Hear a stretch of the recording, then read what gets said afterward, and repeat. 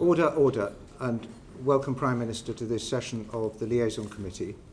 There's one or two things I need to say at the beginning about what we can talk about and not talk about. As colleagues know, I'm on the Privileges Committee, and the colleagues will be aware that the House has referred the question of whether or not the Prime Minister's answer about the events in Number 10 and the Cabinet Office during lockdown amounted to misleading the House. The House referred that to the Privileges Committee. Just as we would not refer to something which was sub judice, it would be wrong to go into detail about a matter which the House has referred elsewhere for examination. And I very much wanted colleagues and the Prime Minister and the public to understand that we have to operate under that constraint.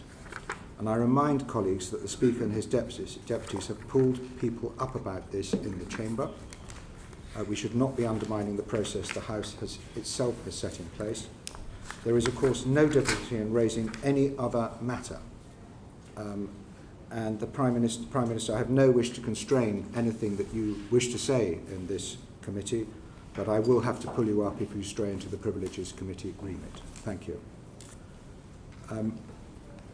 Prime Minister, it is our intention to start with the great issues facing the nation and to move to the question of integrity in politics and related matters towards the end of the session. Unless you wanted to dispose of those matters immediately first. I'll be subverted. It's your committee. I'll be guided entirely. Right. Very good. I'm afraid I will pull you up if your answers are pressing on time, so that we can deal with that latter topic fully and properly at the end. And if your answers are too long, I'm afraid we will just detain you until we have completed our business. So every incentive for you to be as crisp as possible, and that goes for the questions as well, colleagues. We will start on the topic of Ukraine with the Chair of the Foreign Affairs Committee.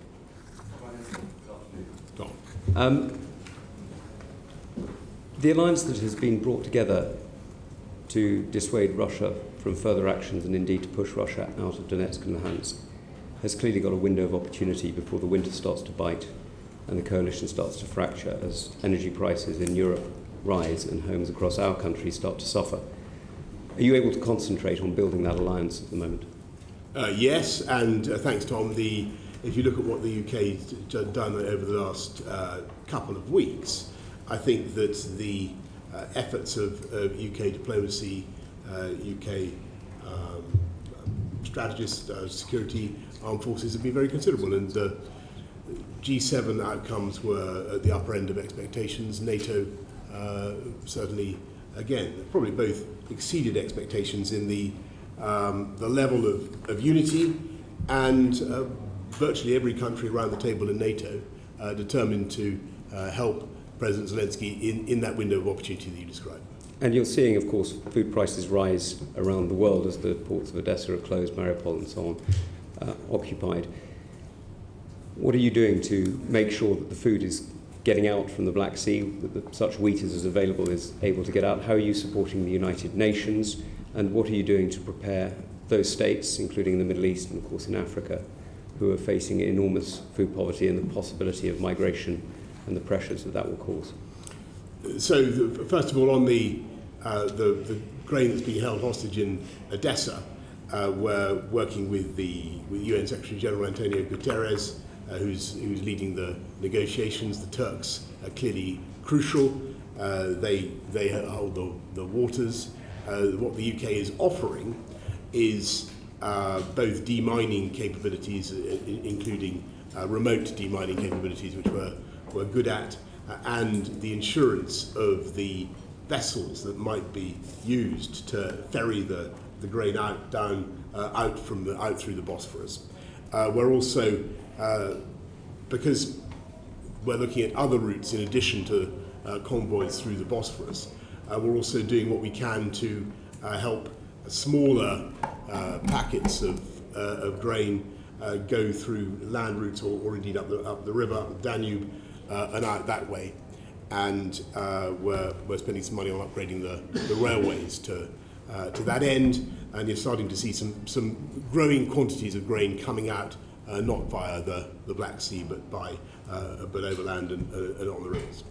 Now we're seeing, as you know, we're seeing enormous pressure on the weaponry that goes into Ukraine. We're seeing a lot of promises and, sadly, from many countries, fewer deliveries than are promised. What are you doing to increase the production and cooperation between armaments companies around Europe and around the United States and Canada to increase the supply? The UK led the way in inaugurating the Ramstein conferences, which have brought countries together to supply weaponry to Ukraine, and though the Americans are now very much in the lead on that and are certainly providing the bulk of what's going in. And we'll be doing more in August as the Copenhagen conference, as I'm sure you know, another military donor conference. There is the supplies continue to go in. The Ukrainians are steadily getting the kind of kit that they need if they're going to expel the Russians from where they are. But it's also very important that they are trained to use the MLRS, the multi-launch rocket systems, effectively, so that very expensive weaponry is put to good use. Now, your Foreign Secretary, forgive me, has explained that victory in Ukraine means taking back every single square inch of Ukrainian soil, including Crimea. What's your view of victory? We can't be more Ukrainian than the Ukrainians. That's for them to decide. President Zelensky has set out his ambitions. It will ultimately be for him to decide what the terms that he wants. But he's been very clear that he would like to return at least to the status quo ante February the 24th. And so what is your view of what victory for us should look like? I think that I think the victory for the Ukrainians would be a result that the Ukrainian people feel is the right one. And at the moment, I think I'm right in saying that 90% or more of Ukrainians believe passionately that there should be no deal that involves land for peace, and they want the Russians expelled from every part of the territory that Putin has invaded. And are you confident of holding the NATO agreement together, or rather the European and American agreement together, in making sure that coalition sustains the Ukrainians even when the winter prices start to bite? I think what was notable at Madrid was how anxieties about the friability of the coalition were proved to be unfounded, and that's because the logic of the situation simply demands international unity. There's no other solution. There's no deal on offer.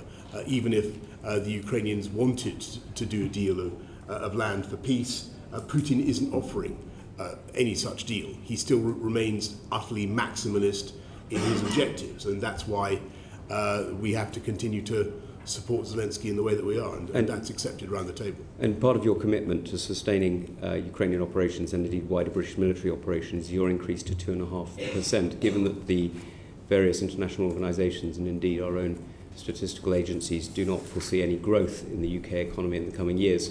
Who are you going to take the money off in order to increase the defence budget? I'm not certain I agree with your premise about the growth of the UK economy in the coming years. I think if you look at both, I'm sure we'll come to this in later sections, but in both the IMF and the OECD see us going back to at or near the top of the growth league. It's still a percentage rather than absolute. Yeah, sure. But the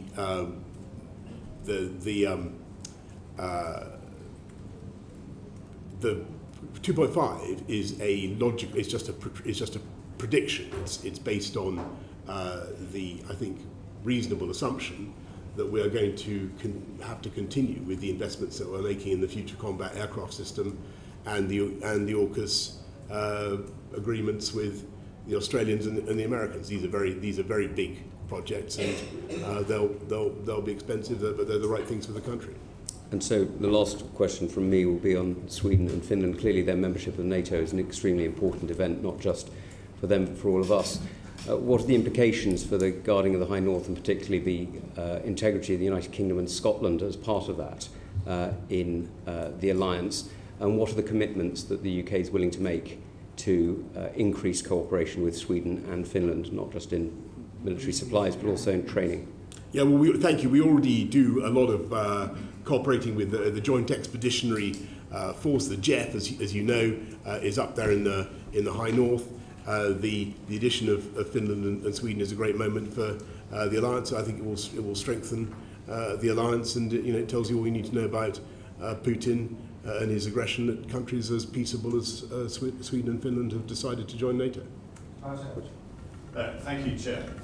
Prime Minister, good to see you again. We're establishing that the world is getting more dangerous. The next decade is going to be very bumpy indeed.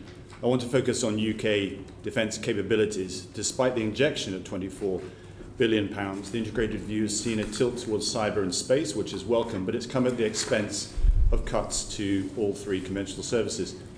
At your last appearance here, prior to the Russian invasion, you boldly stated that tanks are not the answer to the defence of Ukraine, that the old concepts of tank battles on the European landmass are over. Prime Minister, do you now recognise the value of tanks as part of our landfall warfare mix, and plans to reduce our tank numbers now need to be reviewed? Thank you very much, Tobias. I think that when you certainly, I think that it's important for the UK to have tanks, but I think for the Ukrainian purposes, even more valuable were anti-tank weapons. And if you look at what really changed the course of the first few weeks of the war, it was the javelins, it was the NLAWs in particular, and the javelins that were used to destroy the tanks and ready to make Russia's tank warfare extremely difficult. And you'll have seen exactly what happened. That's understood, and I don't disagree with that. What I'm trying to stress at is that the defence budget, it will actually go down by £1 billion in 2023-24, according to library figures. And you mentioned NLAWs. We have stockpiles which are being depleted. We're short of deep fire capabilities, rocket artillery, air defence, and indeed hypersonics as well. This is where the character of conflict is moving. We need to invest more, including in those tanks, which we're cutting by a third, and indeed our warrior fighting vehicles. We have no capability to do dismounted infantry because we're actually cutting the entire warrior fleet. Could I beg with the Prime Minister to reconsider the army numbers? If there's one thing he could take away from here, with his new Chancellor, to look at securing £40 million required to reverse the cuts in our army manpower. Yeah, thanks. I just want to stress that we value immensely the armed forces, in the sense we value the numbers of troops. If you include the reserves, they're in fact over 100,000, so 73,000 in the regular army plus 30,000 reserves. But I think it's also very important that, and I heard all the points that people like General Sanders have made, but the important thing is to have the best possible equipment for those troops, and that's what we're doing. Well, let's look at that equipment, because in the army, I just said, we're losing a third of our tanks, we're losing our warrior fighting vehicles, we're decimating our tracked land warfare capability. In the RAF, we're down from 36 squadrons during the Gulf War to just 6 today.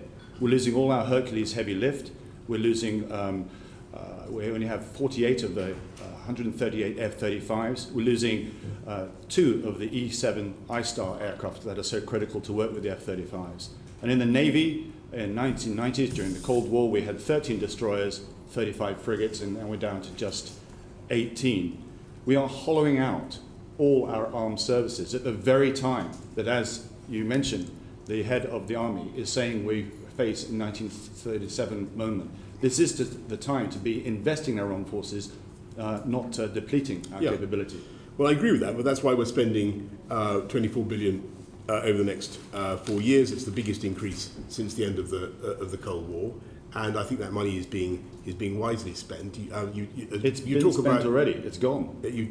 Well, it's over the next 4 years. Yeah, it's gone into invest into paying for the replacement of the Vanguard submarines. The money didn't even hit the sides. That's where it was needed to make sure that program allowed us to continue our nuclear deterrent.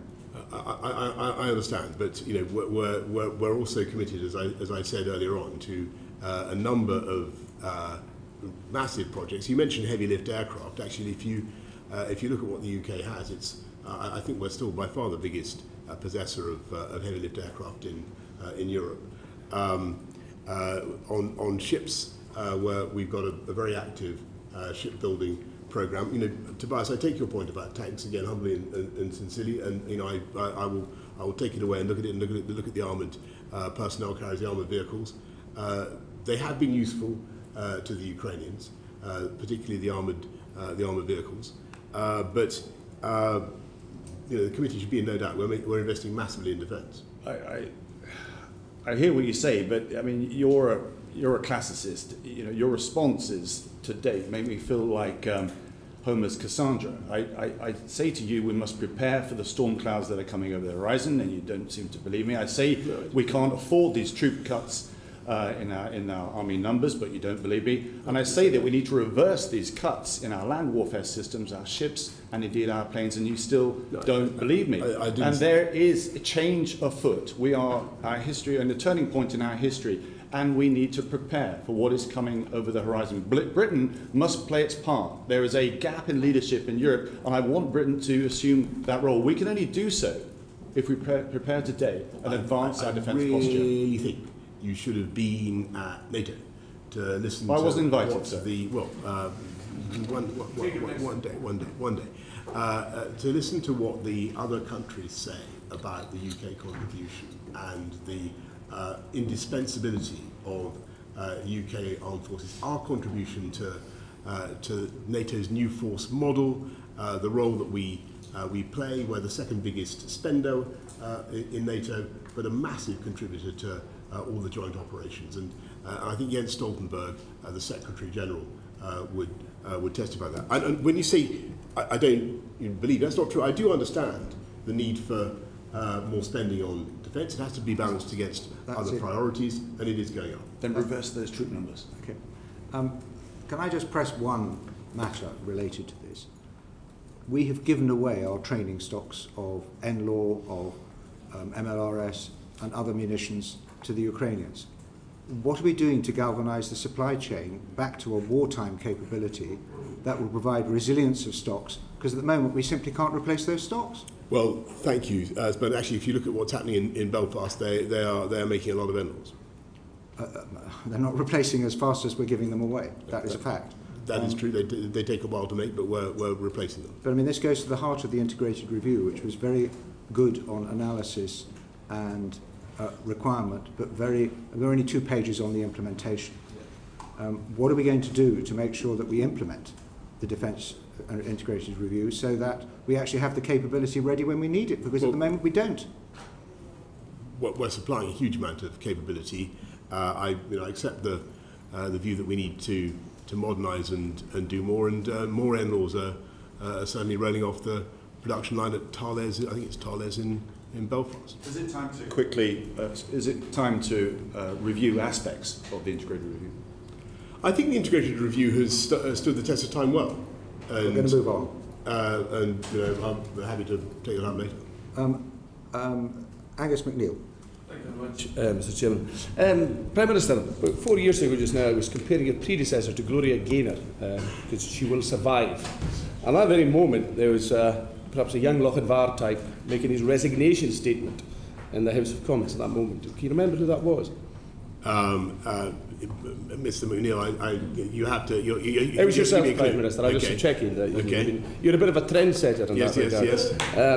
But when it seems from the rumours I'm hearing from Conservative MPs that you're beyond Gloria Gaynor. You're more the Paul Young, and you want to tear the playhouse down. And the warning they're getting is, if it's a sure destruction of the Prime Minister, you might make it mutual.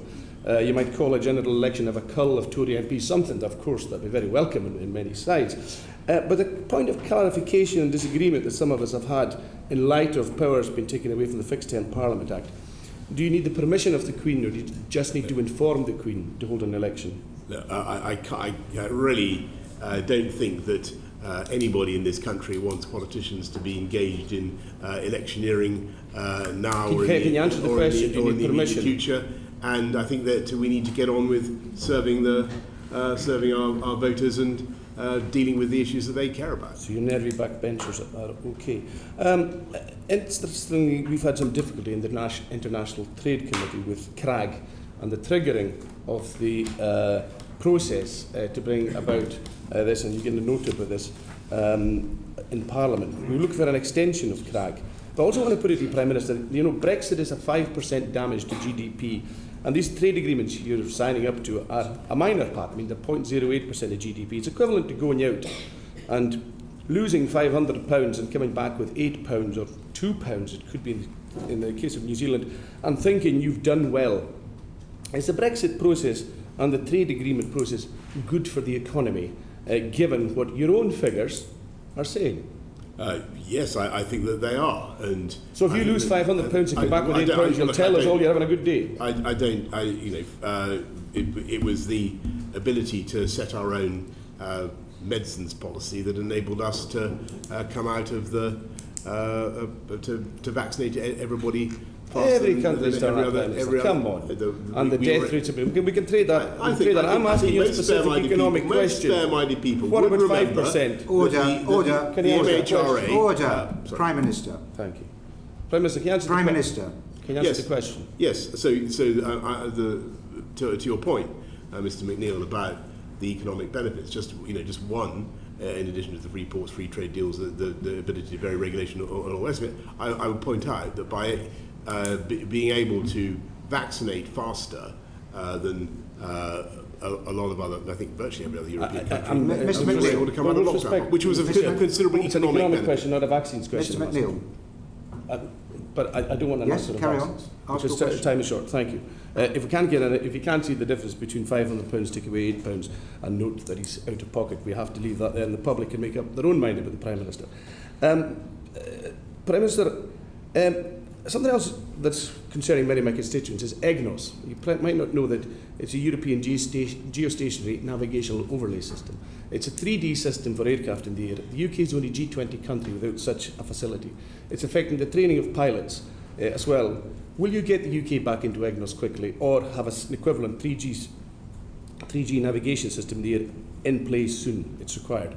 Well, thank you. That is a very interesting suggestion. I'll happily look at that. We do have a pioneering low Earth orbit system of satellites called OneWeb, as I'm sure you know. But it's of no use to aircraft at the moment. I don't know whether that's of any use. No. Perhaps you'll write to us on that matter. Yeah, thank you. Prime Minister, you're a fan of imperial system. You want to have imperial measures.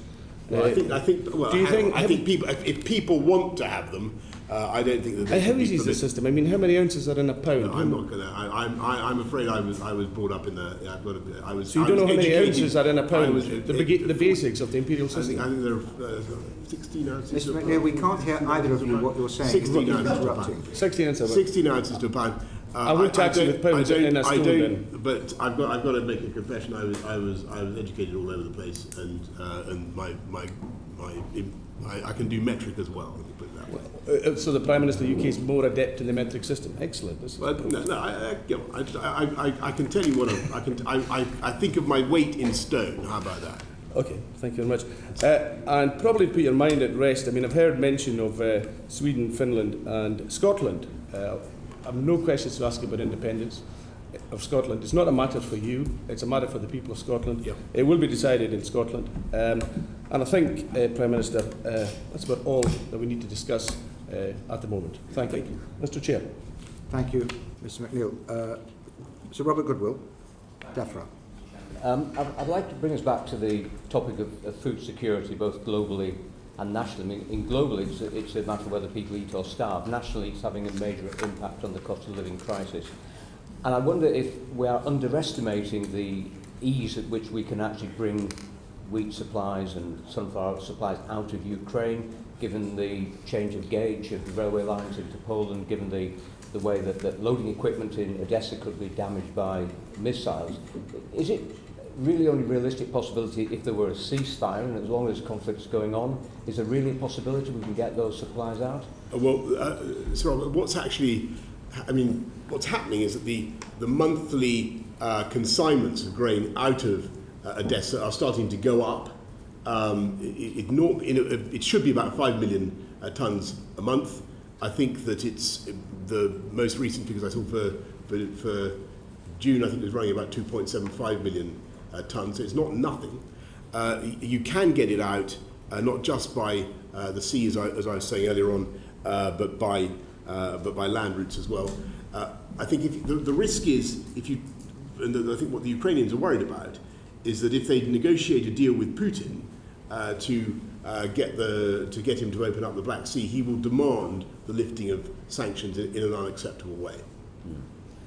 Coming close to home, the government published its food strategy a couple of weeks ago, which I think was widely welcomed. One aspect of that was having more food from our own resources. We're self-sufficient in liquid milk, but about 75% of the food that we can produce here, climatically, is produced here.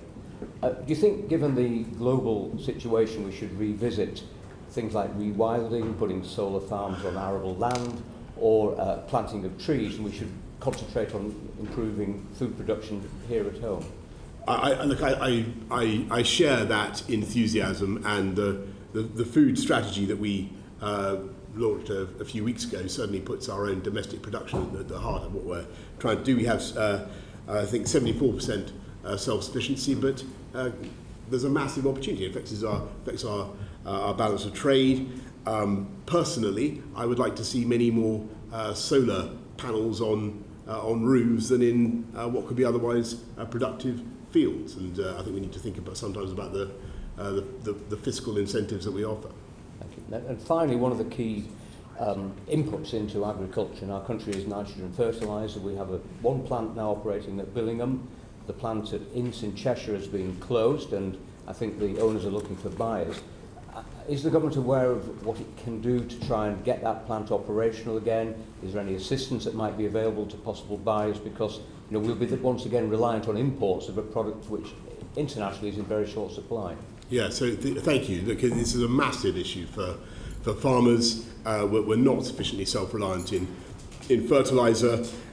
We've had the fertiliser roundtable recently and tried to see what we can do to help. Trying to get alternatives, but clearly that's doesn't always work. Not as effective. We need to make much more fertiliser domestically. I have to say one of the reasons why the global south is suffering so much at the moment is also shortage of fertiliser, and there are far too few African fertiliser plants, and we should be doing what we can to help build fertiliser resilience around the world. They are really feeling it right now. So have there been any conversations with prospective buyers of the plant in Cheshire, do you know? I can't tell you about prospective buyers of that plant, but we're certainly concerned about, there is a single plant left, as you say, and that makes us, that puts a lot of pressure on that plant. Thank you very much. Mr. Elwood, you wanted to catch my eye very briefly for a one-liner? On the Ukraine grain, we recognise, thank you, Chair, we recognise the importance of getting grain out of Ukraine. It's ground zero when it comes to feeding not just Europe but also Africa. Could I invite the Prime Minister, I think there's an opportunity for British leadership to take this to the UN General Assembly. It's something I've raised with you before, sir. Yes. And to see whether we can get those 2/3 votes to turn the port into humanitarian safe haven that will then allow or facilitate the starting point of getting that grain out in those ships. It's the ships that we need to get out. That's the scale of exports that are required if we're to affect the cost of the crisis here. Prime Minister, that was a long one. So thank you. I don't disagree at all. The question is could you get the Russians to do it? And sadly, as you know, Tobias, even in the UN General Assembly, although we got a great vote for the initial condemnation of the invasion, Russia and China are very influential. Dame Diana, Home Affairs. Thank you. Good afternoon, Prime Minister. A few weeks ago I met a group of Ukrainian MPs who had travelled to the UK via the Republic of Ireland. Like every other country, the Republic of Ireland in Europe doesn't require a visa. They then travelled up through the common travel area. They didn't have anything checked. And they were raising with me whether it was a sensible decision to allow such a bureaucratic visa system for Ukrainians fleeing Ukraine was a sensible use of resources and, as we know, has compromised the capacity of the Home Office. What do you say to that? I hear you loud and clear, Diana. I think that the argument that's been put to me is two things. First of all, we've got to be careful that we are able to screen people properly. And but these people coming up through the common travel area, there's no screening. I accept that, and I accept the limitations of screening. But on the other hand, you've got to look at what we've done so far. 135,000 visas have been issued, and I think that the record is getting better and better. The UK is hosting a lot of Ukrainians, and I think we should be very proud of that. So perhaps I'll come on to the problems with the Home Office, which, as I've just alluded to, the capacity issues of the Home Office when they designed a whole new visa system.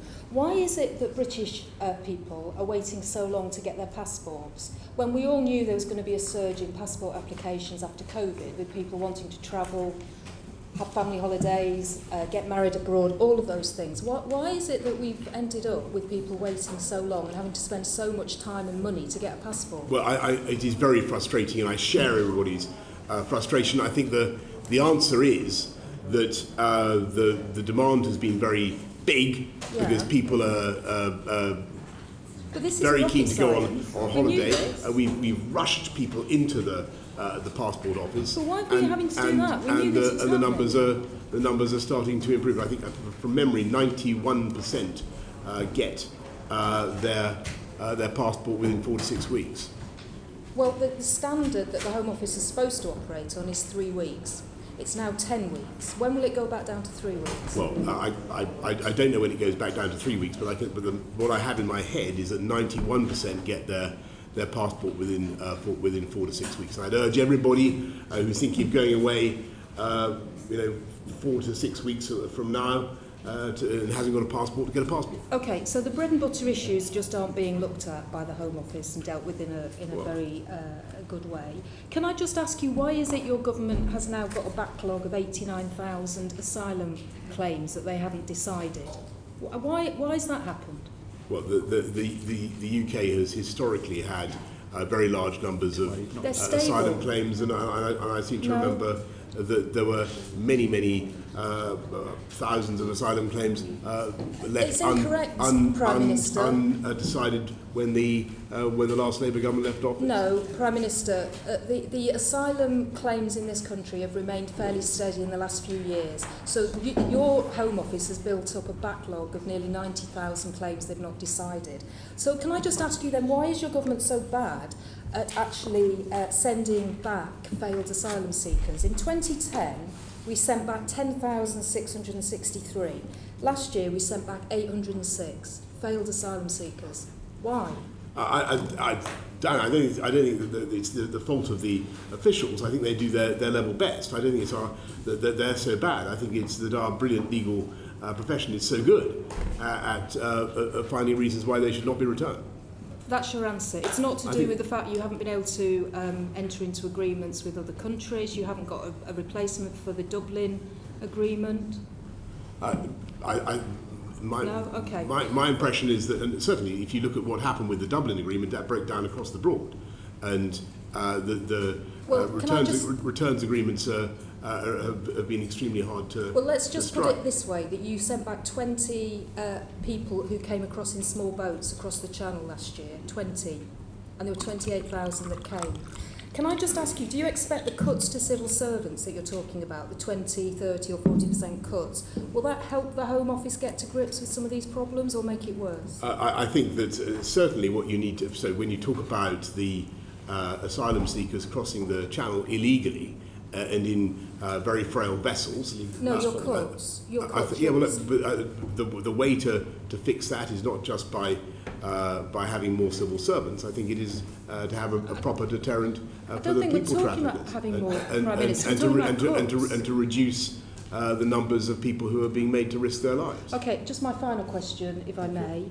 Could you just confirm, and I just appreciate a yes or a no, that you met with the former KGB officer Alexandra Lebedev when you were Foreign Secretary without officials on the 28th of April 2018? Well, I'd have to check, but. Are you having a lapse of memory again? No, but that sounds. But if you're asking me a very specific question about a very specific date, and I would have to. I'd have to get back. I certainly have met the gentleman in question, who's who used to be the proprietor of the London Evening Standard, and I was when I was Mayor of London. So I'm certainly not going to deny having met Alexander Lebedev. I certainly have. As far as I remember, he used to own the London Evening Standard. Yes, but with officials, when you were Foreign Secretary, did you meet with officials or without officials? Look, I certainly met him without officials. Right. And you know, as I say, he's a perhaps you could write to us proprietor of a perhaps newspaper. you could write to us with a specific very answer. Very happy specific to answer to that very specific question. Yes, yes. Meg Hillier. Yes, can I just follow that up? Prime Minister, I mean, you said you met her without officials. Was that presumably was when you were Mayor of London? When you were Foreign Secretary, did you meet Alexander Lebedev? I think I probably officials? did, but probably did. As I said, I would need to check. You used to regularly meeting him. I mean, is it probably because you meet him often, or probably because you can't remember? I've met him on a very few occasions. As Foreign Secretary. On the occasion you're mentioning, if that was when I was Foreign Secretary, then yes. Without officials? Yes, I mean, that makes sense. Did you report to your officials that you had met him? I think I did mention it, yes. And where did you meet him? I met him in Italy, as it happens, but I really, I forget. Anyway. Well, perhaps you'll write to us about personal engagement, was it? Yeah. That's personal exactly engagement right. in Italy? We'll move on. Caroline Noakes, Equalities Committee. Prime Minister, you've referred to the Homes for Ukraine and the Ukrainian family schemes. Can you give us any indication of what proportion of the visas issued have been to women? I can't, Caroline. I'm sorry. I'll have to write to you. Okay, so we're not collecting official statistics on that, but the indicative ones suggest that it's 82% are women, many of whom have children with them. What safeguarding concerns do you have about Ukrainian women being here in the UK? So one of the reasons why the scheme, people initially complained that the scheme was slow, but we wanted to make sure that people, when they arrived, got were in a safe environment. And so, as far as I know, the work is done to ensure that they're with families or with people who will look after them properly. Do you feel comfortable that the accommodation is checked in many instances after people have arrived? To the best of my knowledge, they have everybody that I've met or who's been involved in the scheme says it's working very well. So you do feel comfortable if accommodation is checked after people have arrived? I can't tell you, Caroline, exactly what checks are done on the accommodation after people have arrived, but I know that safeguarding is done to make sure that they have a good experience while they're here. Do we know how many are no longer with their original sponsors? I can't give you that, I don't know. There's certainly indications that there could be as many as 660 Ukrainian households already who are owed a duty under the homelessness prevention. Do you have any concerns about where they're going to end up? I don't know that that it's right that that there are that many Ukrainians who are homeless in the UK. I think that where there are arrivals who have had a problem with their sponsors, with the household, the councils have a duty to provide a roof for them, and that is supported by a grant of £10,500 per person. So we're not currently aware of any Ukrainian sleeping rough, for instance. Okay, the statistics show that there are 660 Ukrainian households owed a prevention or relief duty for homelessness. Are you, you said earlier today, I think to Clive Betts, that people would be able to switch between the Ukrainian family scheme and the Homes for Ukraine scheme. When do you think that will be possible? So we're trying to speed things up. I can't tell you when we're going to be able to make those two schemes allow people to move fluidly from one to the next, but clearly there's a logic in that. And if people should be able to switch between the family scheme and the Homes for Ukraine scheme, should they also be able to switch sponsor within the Homes for Ukraine scheme and have the £350 a month funding follow them? Interesting idea. We'll have a look at it. I'm not going to extemporize a solution. If a lone woman has fled a sponsor's home because of safeguarding concerns, do you think the funding should follow her? Well, I can see the logic of that, yes, but I will certainly have a look at what's happening. I'm sure that particular issue is something that Home Office staff have thought about. Perhaps Minister Harrington and Minister Gove, if they're still with us, could look at that. Can I ask you specifically, when it comes to safeguarding concerns? Yes. Should safeguarding always be straightforward? Of course. Thank you for that. And finally, we know that people traffickers are operating between on the borders of Ukraine, particularly targeting women and young girls. Do you have any concerns that Ukrainian women are going to turn up on the beaches of Dover, trafficked here in small boats? And if that happens, what should we do to help them? Well, to the best of my knowledge, that is not happening at the moment. We have safe and legal routes, several safe and legal routes for Ukrainians right now. Earlier this week, a group of female Ukrainian MPs were at the OSCE meeting, specifically expressing concerns about people trafficking. Mm-hmm. What are you doing with other European governments to make sure that that does not happen? The Home Office does a huge amount to tackle people trafficking upstream, working with other European governments. The National Crime Agency is heavily involved in that. Are they specifically looking at the threat to Ukrainian women? I know that one of the things that when the exodus began, one of the things that we were particularly doing is making sure that we had staff at particularly in Poland, who were looking after the interests of people who were leaving and who might be wanting to come to this country. Are those staff trained to deal with people trafficking? I believe so, but I would have to get back to you on that. Thank you, Bernard. Thank you. Stephen Crabb. Thank you, Chair. Welsh Affairs. Good afternoon, Prime Minister. We're going to move on to cost of living issues now. Can I start very briefly by asking you, with the appointment of a new Chancellor last night, is the government's position still that it's committed to a full uprating, a full social security uprating next April based on September's CPI figures? So that's a full uprating of benefits and pensions next April. I'm aware of no change in our policy. Has the new Chancellor indicated any desire or intention to look at reopen any of the decisions we've made in response to the cost of living crisis, or indeed are there any areas that you would want him to reopen? I think that what the new Chancellor is going to want to do is continue with the package of support that we set out, and don't forget that there's £1,200 for the 8 million most vulnerable households going into people's bank accounts this month, £400 to help out everybody with the costs of energy, cuts to council tax, and I know that the new Chancellor is certainly committed to all of that. So as far as you're concerned, Prime Minister, the basic template for our response to the cost of living crisis, indeed our wider tax and spend strategy, remains locked for now under the new Chancellor. Well, you're pushing a bit too hard.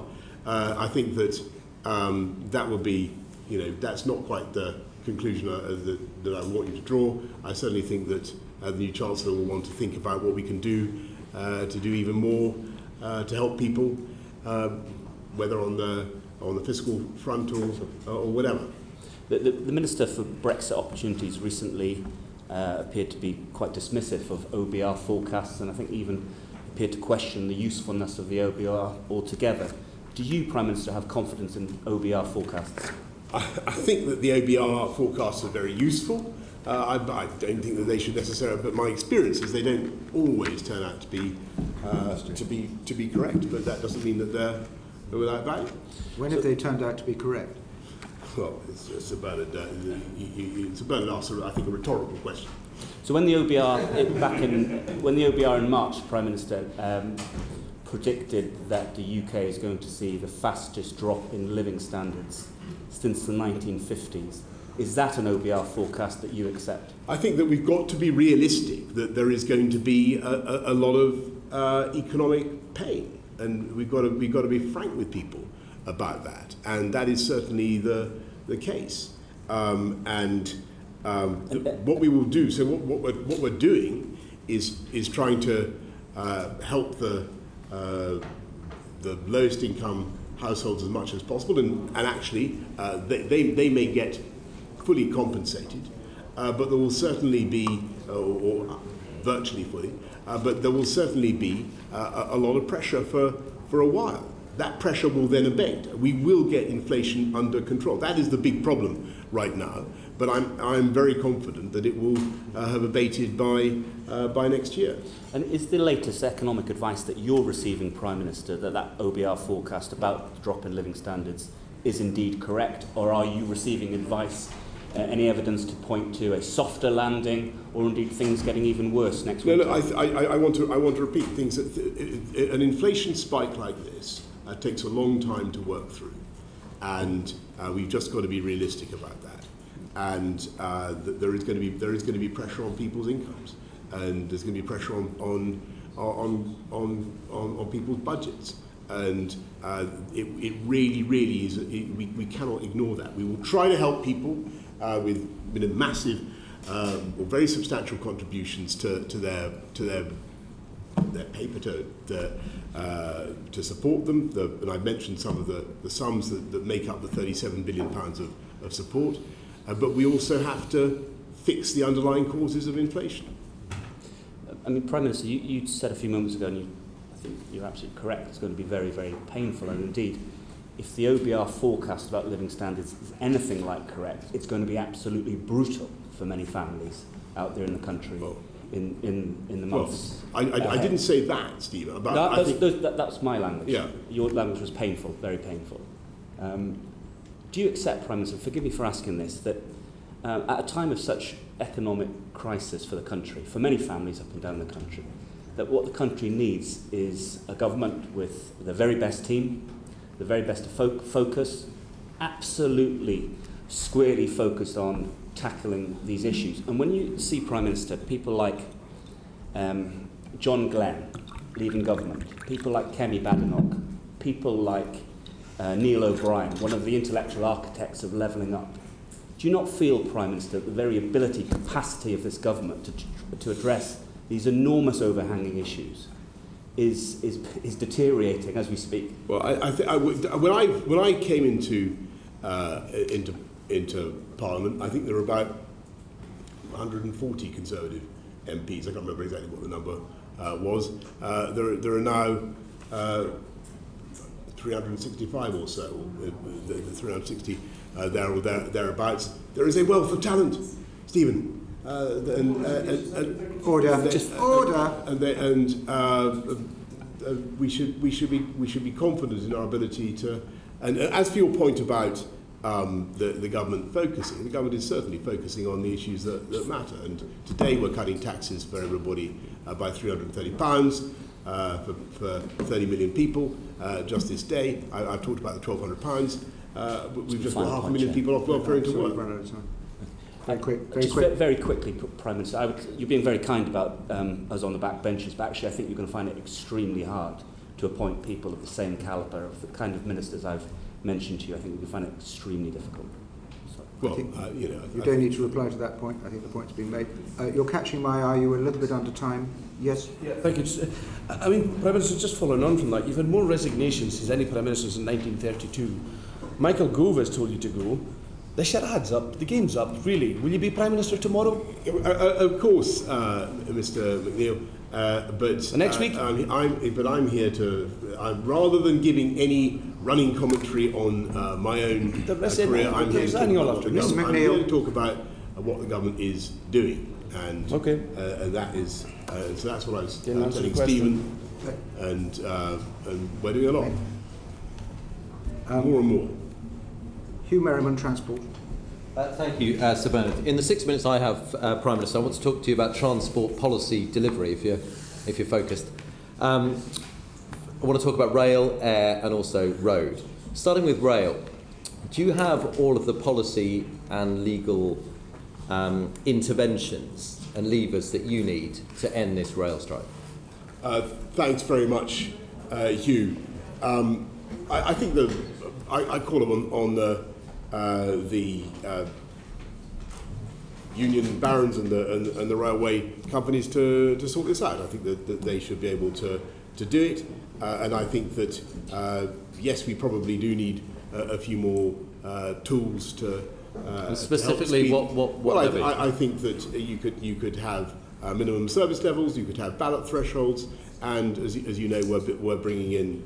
I think we've already brought in the provision for agency workers where that's necessary. Now, that's not going to fix problems like train drivers. You're not going to get agency workers to drive a train, but the argument I would make is that you need to modernise. So let me just again focus on the levers, because I think under the Conservative manifesto there was a line that said only the Conservatives could get Brexit done, a few more things, and stop passengers being held hostage by the unions. But in fact, and that was with the introduction of that policy of minimum service levels. Yet that hasn't been introduced, it has and not, people are being held hostage, which might be your view. So why did you not bring, with an 80-seat majority, that legislation through before the strike started? That is a very good question. And the answer is? And the answer is we should have done it. And the trouble was we had a lot of COVID stuff to deal with, and I'm afraid it got pushed to the right.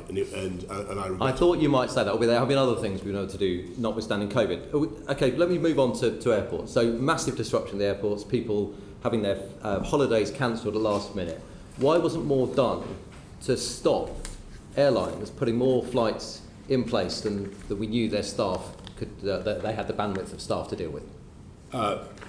Well, the airlines should not be abusing passengers in the way that they have been, and I think that there should be greater protection. But I think But again, this is all there should be. My question is why hasn't there been? Because basically we were trying to get any airlines flying at all. I mean, Diana has asked a very good question about passports. Where we're putting huge numbers of people to try and speed up the delivery of passports. We had a situation in which no airlines were moving at all. We had to put 8 billion, as you remember, Hugh, into supporting the airline industry. Indeed. But Gatwick, for example, has controlled the number of flights that will be able to fly out during July and August, because they can see the airlines are trying to fly at 2018 levels. So they could see the number of staff coming on. So they've taken action. Other airports haven't necessarily. The regulator, the Civil Aviation Authority, doesn't have the power up front to implement these types of policies. Shouldn't it have that power? I'm willing to be persuaded that it should. Because when we put a report on that basis, the recommendation was rejected by government on the basis that there wouldn't be a proposal to give the regulator upfront powers to take action, including to help with compensation. Well, Hugh, but perhaps we can push them a bit more on that if you're behind it. I'm going to have to look into what more powers we might need to take to get the airlines to pay responsibly towards their passengers. But I think the experience of the public has been pretty wretched at the moment, and for all sorts of reasons, and they need to do much, much better. Okay, and turning to another area of policy which perhaps needs to change. At the moment, 4% of the Exchequer's revenues come from motoring taxes. Those will plummet to zero when we all drive electric vehicles. Are you serious about getting a new form of road pricing policy in place to fill that hole? If not, how will it be filled? I think road pricing is something that we will eventually have to consider. I'm not attracted to it. I seem to remember. I successfully campaigned to remove the western extension of the congestion charge. No, I'm not talking about road charging in that way. I'm talking about, as we do at the moment, we charge people per the mile they drive, because that's what fuel duty does. So you'll have to replace that. Oh, I see what you mean. So like for electric vehicles as well, so that you charge a mileage. Yeah, something along those lines. So, so it is certainly the case that we will need a substitute for fuel duty. And this, Bernard, comes back to my point about policy delivery, because this is imminent. We're introducing electric cars. So Bernard, can I say this, if you don't mind? So for 3 months, Prime Minister, Number 10 has had a recommendation just to look at this, because something has to fill the 4%. Okay. Have a working body to look at it. The Treasury signed off on it, and for 3 months it's been sat in Number 10. 1 week I'm told somebody's signed off on it, and next week someone else has looked at it and actually has stopped it, and it's stuck. And my question is, the inertia inside number 10, perhaps because of the events that we'll go on to talk about, is that nonsense. Actually, we say it's nonsense, but actually it's a nonsense that we've been waiting 3 months just for someone to sign off on something which fills 4% of the exchequer. That is the nonsense. Well, do you not agree something should be done? Or if you can't do it, do you think that perhaps someone else could come in and run it properly? Yeah, well, so this number 10 actually was the first government in Europe to set a timetable for moving away from hydrocarbon, from internal combustion engine cars by 2030. Yeah, I know exactly, and that's why Prime Minister, you should follow through on the consequences of it. We've been moving at blistering speed. We will certainly look at we're looking at all fiscal proposals to replace fuel duty, and I'm happy to come back. You're not. You're actually currently sitting on all proposals. I cannot believe that the Treasury is showing the slightest hesitation or reluctance to find a new way of. No, that's my point. The Treasury signed off on it. Number 10 then insisted on looking at it and has been sat on it for 3 months. I think Andrew Griffiths is currently the one that's now said, no, I don't like this. And we are therefore stuck, having thought we'd cleared all the hurdles. I will take it up with Prime Minister, I'll just add, I was Shadow Transport Secretary in 2000, and road charging was seen as the future then. Successive governments have dodged it, but why is your government dodging it when you're already abandoning the revenue stream from hydrocarbons? So Bernard, why do you think we necessarily are? We've got to find a way of filling the gap left by You've actually got a target for eliminating fossil fueled cars, but you haven't got any plan in place to replace the revenue. Well, I think it highly unlikely that the Treasury will let any opportunity go to find to raise revenue from motoring to substitute. I think we've made our what we want to do is we want, for the purposes of the environment, to encourage the take-up of low-carbon vehicles, and that's why the fiscal strategy is framed as it currently is. So that's what we're doing for the time being. My apologies to Darren Jones-Bayes. I should have brought you in earlier. Thank you, Sir Bernard. Prime Minister, how's your week going? Terrific. Like many others. Did Michael Gove come and tell you to resign today? I think I said earlier, Sir Bernard, that I'm here to talk about what the government is doing. I'm not going to give a running commentary on political events. Okay, so let's talk about what the government's doing. You've just said today that the government's giving the biggest tax cut in a decade, but it's a tax cut to your own tax rise, isn't it? No, what it does is it gives people, 30 million people, by lifting the thresholds, it gives them, on average, a tax cut of £330. Against the tax rise that you previously announced. In fact, freezing tax allowances for average income taxpayers means they're going to pay £46.8 billion more over the next 4 years. Tax is going up, not down, isn't it? It is certainly true that what we've had to do is make sure that we deal with the fiscal impacts of COVID, and I think the committee will remember that this was we had a colossal fall in output.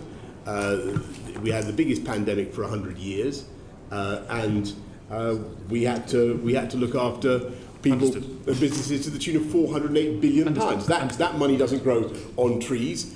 We've had to. So in order to protect our schools, our hospitals, we of course have had to increase. We've had the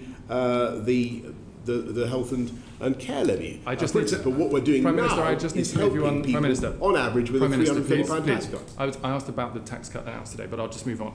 Let's look about the economy before the pandemic, because you've mentioned the pandemic, understandable event that was very difficult for government. But before the pandemic, between 2010 when the Conservative Party came into office and before the pandemic, national debt increased by £640 billion. It's now 100% of national wealth, and you keep announcing tax cuts and spending plans at the same time. Are you just going to keep putting more and more debt onto the nation's credit card? Sorry, you were just complaining about taxes going up. I'm asking you about what you're doing in government, Prime Minister. Get your story straight. Well, my facts are from the Treasury, Prime Minister. What we're doing is we have to be sensible, we have to be responsible.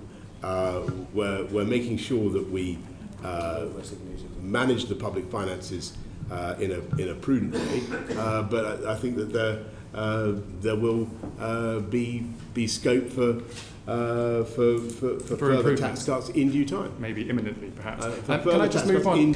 Prime Minister, can I just move on to economic growth? You said yesterday you welcomed your new Chancellor, Nadeem Zahawi, yes, because he would grow the economy in a way that presumably Rishi Sunak couldn't.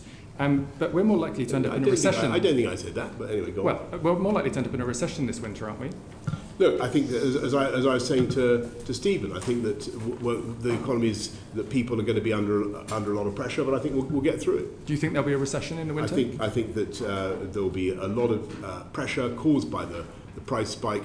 We are going to do everything we can to shield people, to deal with the underlying causes of inflation, whether that's through the energy markets or the labour markets or whatever. And there's a lot we can do.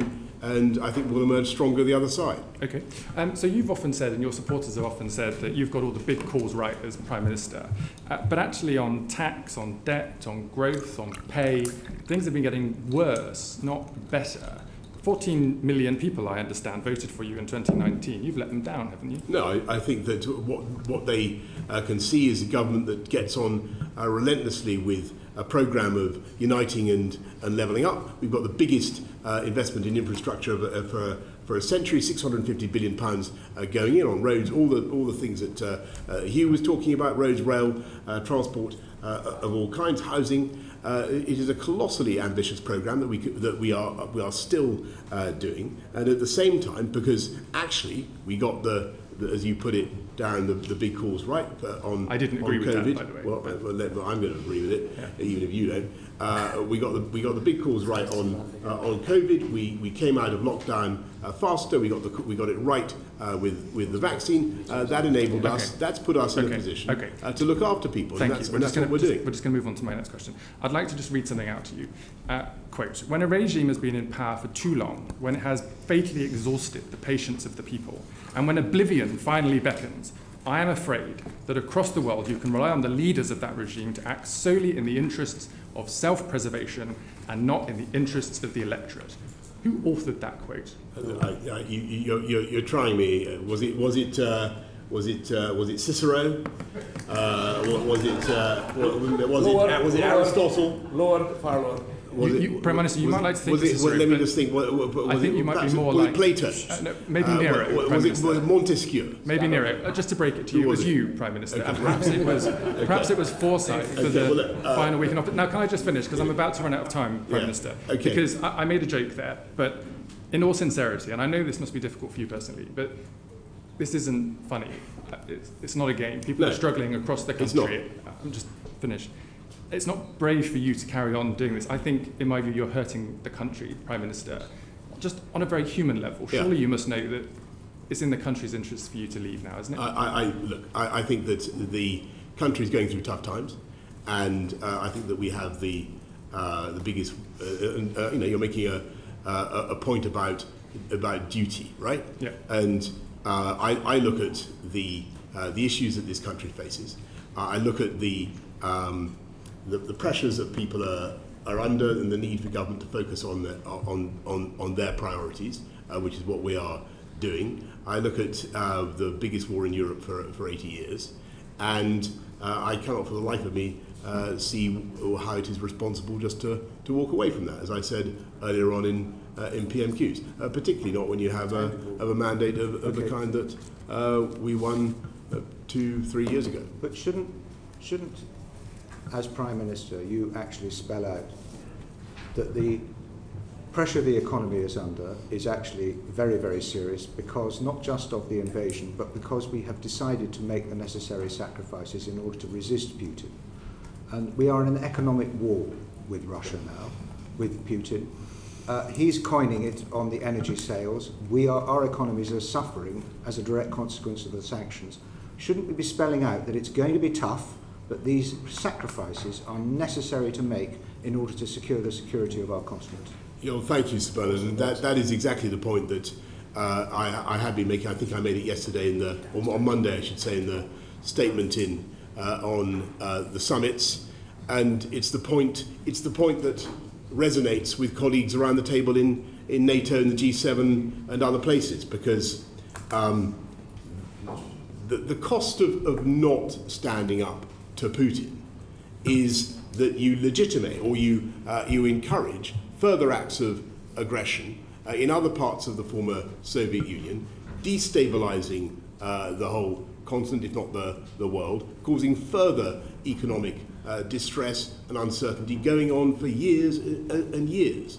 And that's why I made the point about the decades of peace and stability that followed the Second World War, when we finally learned to stand up to dictators and not to accept that borders could be changed by force. That decision led to decades of the rule of international law,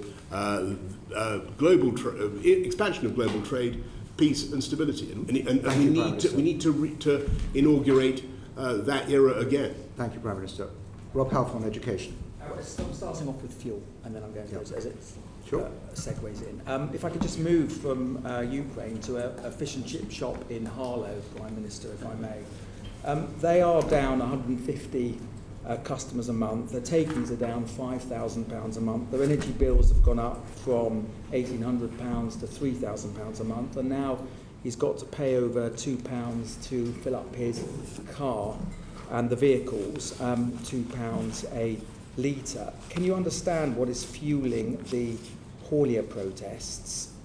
Whilst I don't agree with direct action, I do have sympathy for what they're asking for. And is it not the case that the 5p fuel duty cut, whilst welcome, was swallowed up, and that actually this is unsustainable, and that you need to slash either fuel duty or VAT, but also to look at introduce a pump watch monitor? Because just finally, we know that since the 14th of June, the wholesale price for diesel fell by 7.2 per litre, but filling up costs increased by 8.1p.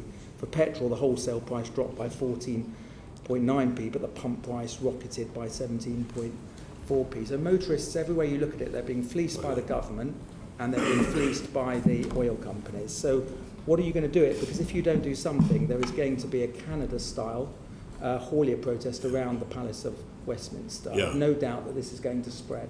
Yeah, well, look, Robert, thank you. And you've been campaigning on this for years and years, and I listened to you very attentively. As you say, we have cut fuel duty by 5p for a litre. It's only about 100 quid a year. I appreciate that that's not much for people, and it's being swallowed up by what's happening on the forecourts. So we are doing Grant is, I believe, doing a pump watch scheme to ensure that cuts that we are putting in do get passed on. But clearly, the pressure is there, and I hear you loud and clear.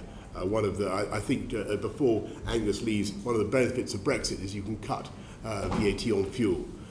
Just as I should have pointed that out. But do you recognise you need to slash it?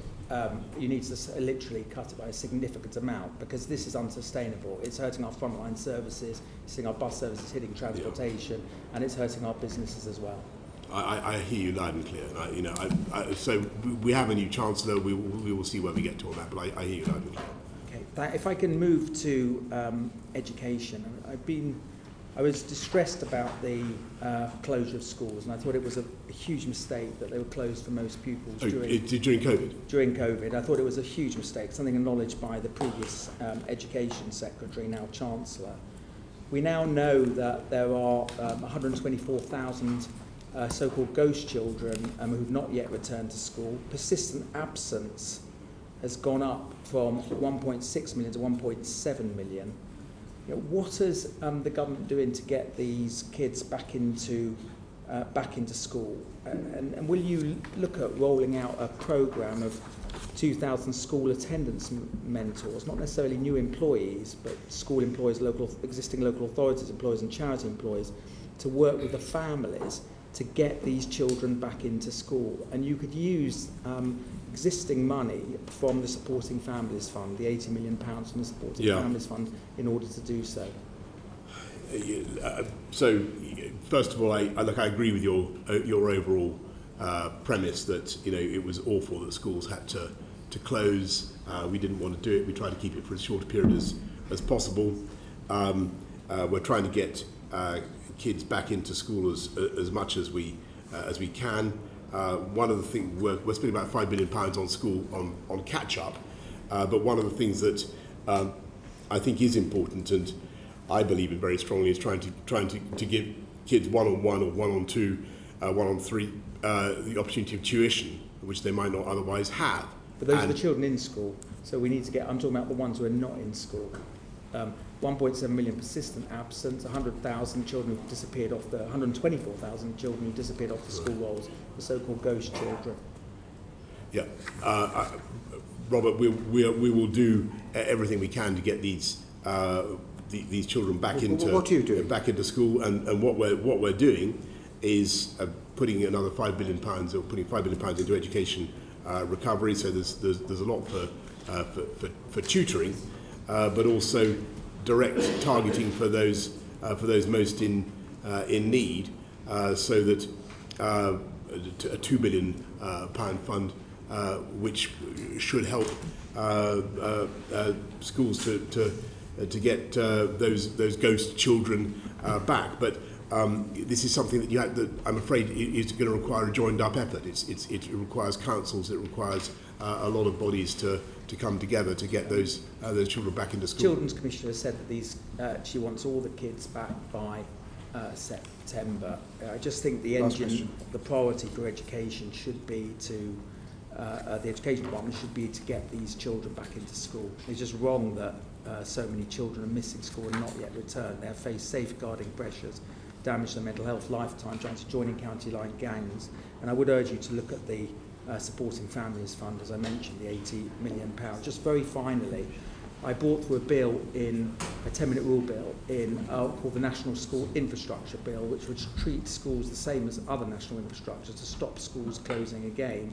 And that if, God forbid, there was another wave of COVID and the government decided to make a decision to close schools, that the Children's Commissioner would have a veto, and that Parliament would make an individual decision on school closures every 6 weeks. What's the question? Do you support that concept of making schools part of national? Rob, we're very happy to look at it, and I understand where you're coming from. I think it's clear from the data I'm seeing that the damage to kids' education, particularly for the done by the lockdown, continues, and it's disappointing to see the literacy and numeracy stats. We need to do better, and there's no question in my mind that's been partly caused by the closures. Right, we're going to move on to integrity in politics. We are bound to overrun somewhat because we have to do this subject justice. So I hope, Prime Minister, you'll be able to stay until we've finished. Rob Halfon, Justice. Sorry, Bob Neal, Justice. How important is the truth to you, Prime Minister? Very important, Bob. And accuracy of language and statement? Also. Very important. Very, very important. And do you expect those standards from those who work for you in Downing Street, either as spokespeople or those who brief ministers to speak on behalf of the government? Yes. Can you help me about this? The story concerning the Honourable Member for Tamworth broke on the morning, late evening of the 29th, morning of the Thursday, the 30th. In the course of subsequent days, a number of statements were made by spokesman on your behalf, in which it was said in terms that you had not been aware of any specific allegations. That's correct, isn't it? And that was not right, and just so the committee understands what I was doing. So on the Friday, when the allegations were put to me in detail, and the fact that a complaint had been made, I was mainly engaged in talking to a witness and removing the whip from the member in question. That's what I. Okay. Well, perhaps I can come to that, Prime Minister. What we should have done at the same time, and I then left the building. But what we should have done is gone over all the interactions between government, me and the member for Tamworth, and got a full timeline, and I'm afraid we didn't. And that's in retrospect. And I should have done that, but as a result, some things were said that that weren't right. As soon as I was aware of the discrepancy, we took steps. Can you just tell me about? Okay. Well, what we do know is that on the 5th of July, Lord MacDonald of Salford, who was the permanent secretary, under secretary at the Foreign Office, said this: that the line that had been put out was not accurate. Which you now accept. Said this in a letter to the Parliamentary Commission for Standards. Mr. Johnson was briefed in person about the initiation and outcome of the investigation. There was a formal complaint. I'm sure you've seen Lord MacDonald's letter now. Great. Do you accept the content, the accuracy content of Lord MacDonald's letter? And so that's entirely correct. So if I could just you accept what Lord MacDonald says as being accurate? I wouldn't want to say that I accept absolutely everything he says, because but what I can certainly tell you is that I don't have it before me. What I can certainly tell you is that there was a complaint and you were told the member for Tamworth in 2019. Yes, late 2019. And that complaint was upheld. Yes. The matter was resolved within the Foreign Office. It was not deemed to approach the anything like the level of criminality or the ministerial code. But I was briefed on it on 2 occasions by the propriety and ethics people who first of all that it was happening, and then what the outcome was, I imagine. And on both occasions, what I had was an extremely short oral account, of which there was on Friday there was no record of that. In number 10, it didn't stick in your mind then? There's no written record of that. Forgive me. It isn't common for a serving Minister of the Crown to be subject to an allegation of sexual impropriety, is it? I don't want to go into the details of the allegations, because I think there are human resources issues there. But I'm not certain that's a fair characterisation of what happened. At all events, it was a serious matter. And this was someone who had worked closely on your leadership team only a few months before. So you'd be aware it was sensitive. That's a fair yes. Okay. It was also to be fair, almost 2.5 years ago. Well, yes. But it's not the sort of thing you forget, is it, Prime Minister?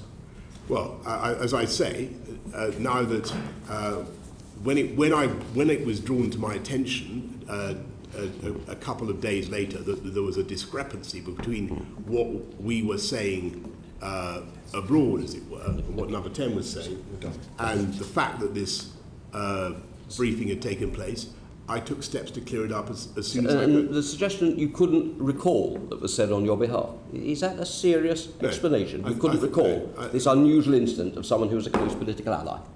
No.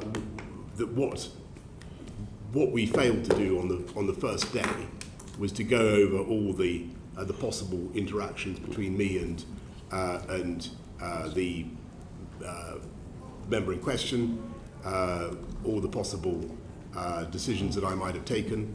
As it happened, the issue, the report about the complaint was not raised to me as a point for any kind of decision. It was simply something that was mentioned to me in the margin of other meetings as a point of, as I recall, as a point of information about what had happened, because it was the Foreign Office that dealt with it. But Prime Minister, when you were considering appointing him into the government most recently, how true is it that actually you wanted him to be Chief Whip? Not to my recollection, Sir Bernard. I don't think so. I think the suggestion was that he was going to be Deputy Chief Whip. I think that's what happened. And what happened to all the messages pouring into Downing Street about the risk of appointing this person? Well, there were plenty of them. Well, I don't know how many there were, but there was certainly. But why couldn't? I mean, there's a cultural problem here. Why couldn't the system hear that there was concern about this appointment? I don't think that's entirely fair. Well, then why did you refer it if you're talking about ethics and to the ethics and proprietary director in the Cabinet Office. Why was that necessary if there wasn't a concern? Okay, well, every ministerial appointment automatically goes to the propriety and ethics team, so they look at every one. William Bragg. Good afternoon, Prime Minister. Good afternoon. I appreciate that today is a day of events, and though this meeting has not quite resembled a Moscow show trial, because I think certainly they were livelier, it must be nonetheless quite difficult, and I do pay tribute to you for turning up today. I wouldn't dream of being anywhere else. Indeed. Having said that, delighted to be here. Having said that, at which point does it become impossible for the Queen's government to be continued? I really think that William, you're underestimating the talent, energy, and sheer ambition of members of Parliament, and they want to get things done. They want to get things done for their constituents, and the government of the country is being carried on with ever-increasing energy. Well, they seem to want to get one thing done at the moment in time. I agree with you on that. But I think the issue that we have is that you've had, at least my initial calculation at the start of the meeting was 27 ministers and aides resigning. There have been more in the meantime. Do you think there are swelling ranks of those young thrusters on the back benches who could replace them? I think it highly likely, yes. Ambition, could that not be considered delusion at times? Yeah, that's a sort of a moral judgment about human nature that I wouldn't venture to comment on. I think that we're all deluded in our ambitions, but I think most people who come to this place actually, in spite of what everybody says about MPs, are actuated by the highest motives. And most people want to serve their constituents and get stuff done, and that is the reality. Entirely so. So, in terms of that assessment of individuals, which qualities in the former Deputy Chief Whip appealed to you most? I think it was. So let me just, big picture. No, as I've said before, I think. Let me be clear that with the benefit of hindsight, I can see that appointment, as I said in the House, and I think I said on TV as well. I think that appointment was a mistake. Well, I want to know about the qualities of ministers. And if you had our government appointments based upon ability. So it was put to me that like everyone we appoint, the member had excellent administrative skills. Administrative skills. Was he behind what's colloquially known as Operation Save Big Dog? Look, to the best of my memory, he was in addition to serving as Deputy Chief Whip under the previous Prime Minister, he did a stint at the Foreign Office and then a stint at the Department of Communities and Local Government when he had a role in housing, and the accounts I had were positive. Casting our minds back to January and February, it was a tricky time. And certainly some people in the shadow whipping operation used their charm in order to persuade. And I think it's fair to say others used aspects of what we might describe as being offensive to work that wonder for you. So why was Mr. Pincher the first to be invited into Downing Street on the day of the reshuffle when the most senior job available was that of Chief Whip? Ordinarily, it would be awarded to the person first. Okay, I got it. That's going back to Bernard's point. I think that's a red herring. Did any colleagues come to you on that day and express concerns about that appointment or potential appointment? Not to me, but concerns. What happened was that concerns were expressed actually after I had made the appointment. Why was he in there for 4 hours though before the appointment was made? For that reason, I made the appointment.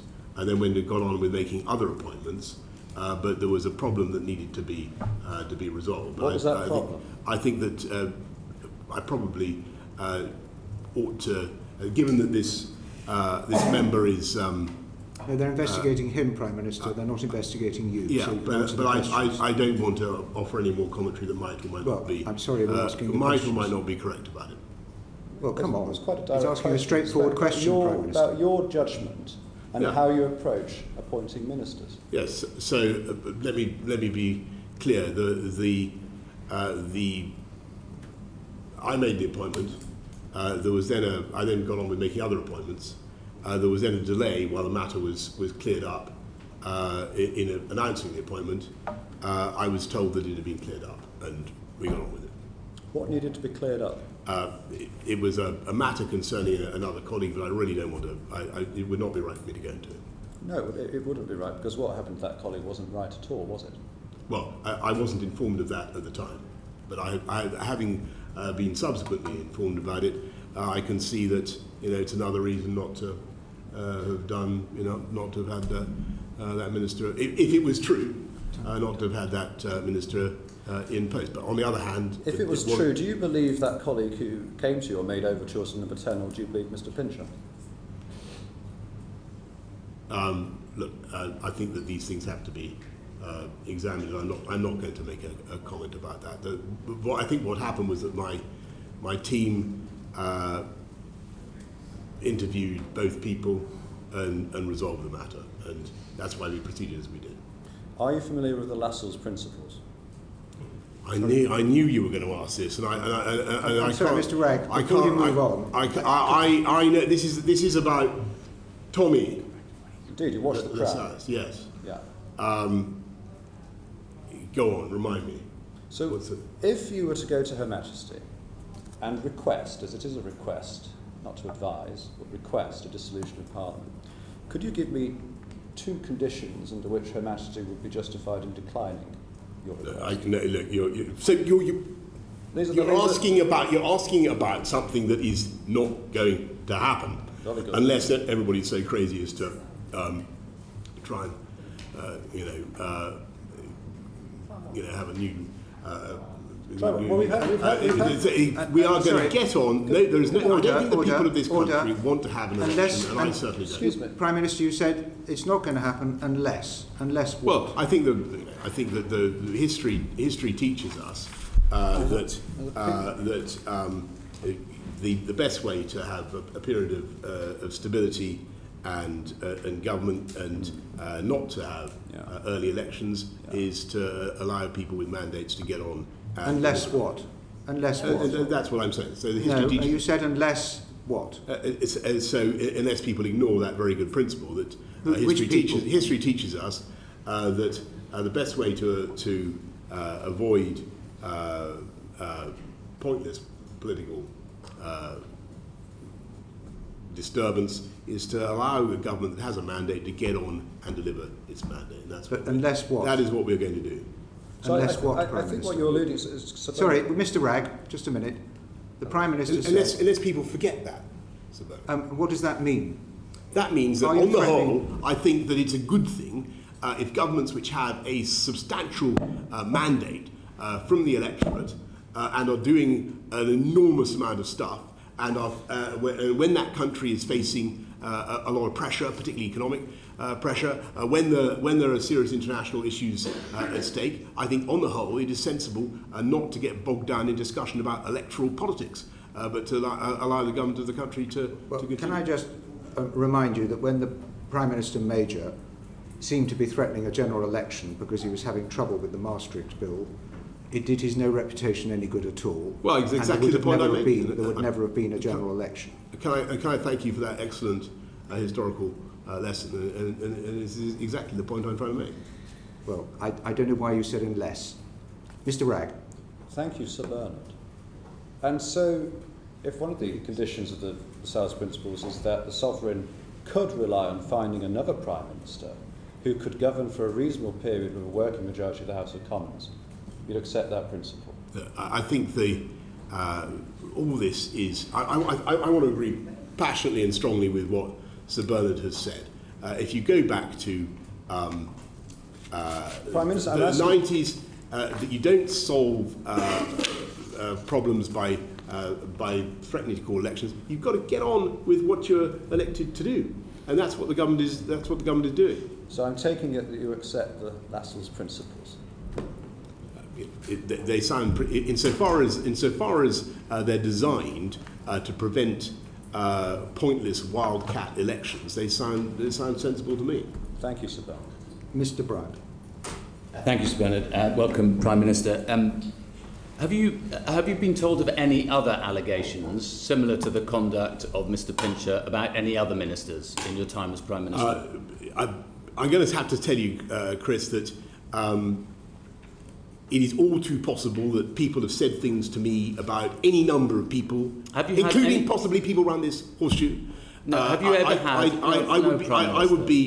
It would be a great labour for me now to sit down and try to reconstruct every single piece of gossip or innuendo. No, that's not what I'm asking. I'm not asking about gossip and innuendo. I'm asking precisely about that you now accept that you were told on 2 occasions about Mr Pincher's, the allegations against Mr Pincher that were upheld by in the Foreign Office. I'm asking, have you been told about any other such events relating to any other government minister, formally? Look, I'd have to get back to you. I mean, I would not want to. It seems extraordinary that you wouldn't know whether there are allegations outstanding against your government ministers of sexual impropriety, such that they might constitute potentially criminal offences apart from anything else. Look, there's nothing that springs to mind. Okay. But you know, all right. I'm gonna. But what I will say, Chris, is if you have some information. No. I'm asking you, Prime Minister. I don't. I'm asking you this because it seems incredible to me that you would not remember that you've been told this about somebody who is one of your closest allies in Parliament. I think I tried to explain exactly the circumstances. Well, you haven't. But let me ask you a different question, because you've not answered this elsewhere. Did you say all the sex pests are supporting me, or words to that effect? No, people attribute all sorts of things to me. I don't remember saying those words, but people ascribe all sorts of things to me. That sounds like a yes to me. Okay. Did you say he's a bit handsy? It's not a word I use, actually. So that's a definite no? I would not have used that word, but you know. It's a definite no, is it? Look, I'm saying people maybe hear me say all sorts of things. It's not handsy, as it happens, is not a word I use. But all right. Did you say Pincher by name, Pincher by nature? I'm not going to get into some trivialising discussion of what I may or may not have said. This is a serious matter. Yes. The member is now being I believe has had a complaint made against him, and that is where I propose to leave it. No, but the point is. The members had a complaint made against him. If you just let me for a moment. The point is that the allegation is that you have trivialised this issue. You've not even remembered it, perhaps because he's a useful ally to you. And the point is that then you appointed somebody who you believed to be a sex pest in a position of power and authority over other people in Parliament. So that's not right, because under any view, the issue at the Foreign Office was, although it was upheld, it was resolved in a way that was satisfactory. It was upheld. It was resolved in a way that was satisfactory to all parties, and there are issues that I can't be confident that it was a sexual. There was sexual implications. Well, Sir Malcolm, Mr MacDonald makes Lord MacDonald, makes it very clear that it was very similar to the allegations of what happened in the trouble is, if I may say so, that I was given on the occasions when it was mentioned to me, I was given very brief, a very sketchy account, and I really think that you need to. It just seems incredible that you wouldn't think that was a matter worth investigating or talking. Can I ask you? Was Neil Parish right? It was investigated, and it was investigated, and it was by the upheld. Foreign Office. Was Neil Parish right to resign from Parliament? Well, I think that the problem he had was that he was. Was he right to resign? It was his decision. Was he right to resign? I think that he was doing something that is not normal or tolerated in most workplaces. So should Chris Pincher resign from Parliament? Well, you ask about my relationship with him. I took the whip away from him. Should he resign from Parliament? That's a matter for him. So you think he should stay? Well, that's a matter for him. But I took that he no longer sits as a Conservative MP. Was it right for Sarah Dines to ask the man who was groped in the Carlton Club whether he was gay, and to say that it was problematic that he was? You're asking me about what other members are alleged to have said. I can't be certain. No, there are 5 other, including people in this room, there are 5 other MPs who witnessed it. It's not in any doubt, and I don't think she has denied it. Was it right? Or is it not victim shaming? Let me put it this way. I think that what happened was extremely serious, and as soon as I knew that a complaint had been made, and I talked to a witness, and I removed the whip. Have you talked to Sarah Dines about it? I haven't talked to her about that, but I removed the whip immediately. Do you not understand why this is problematic? Because it means that being gay, for some reason or other, makes you sort of asking for it. Chris, look, I see why you're putting it like that. I don't know whether I very much doubt that Sarah meant it to be interpreted that way. You said yesterday about Chris Pincher, if I had my time again, this is a bit of Captain Hindsight, if you don't mind me saying, but if I had my time again, I would think... You know who he is, yeah. Yeah, it's you. If I had my time again, I would think back on it and recognise he wasn't going to learn any lessons and he wasn't going to change. But that's true about you, isn't it? You're not going to learn any lessons and you're not going to change. You're not capable of changing. We'll be doing this again, time and time again, if you stay in post, won't you? Well, coming to this committee, I will. And yes, I will. You know, I hope very much to be. Come on, you know what he's asking, Prime Minister.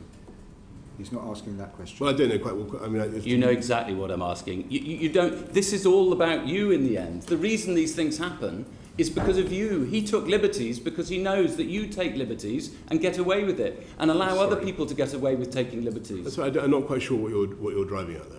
I think you know perfectly well what I'm driving at. But you were asked. You said on one of the other broadcasts. You said, if you're saying you want me to undergo some sort of psychological transformation, I think that our listeners would know that that is not going to happen. Isn't that the problem? We need a psychological transformation if you're to stay in office. With the greatest possible respect, what I think we all need to do is focus on the things that our electorates sent us here to settle for them.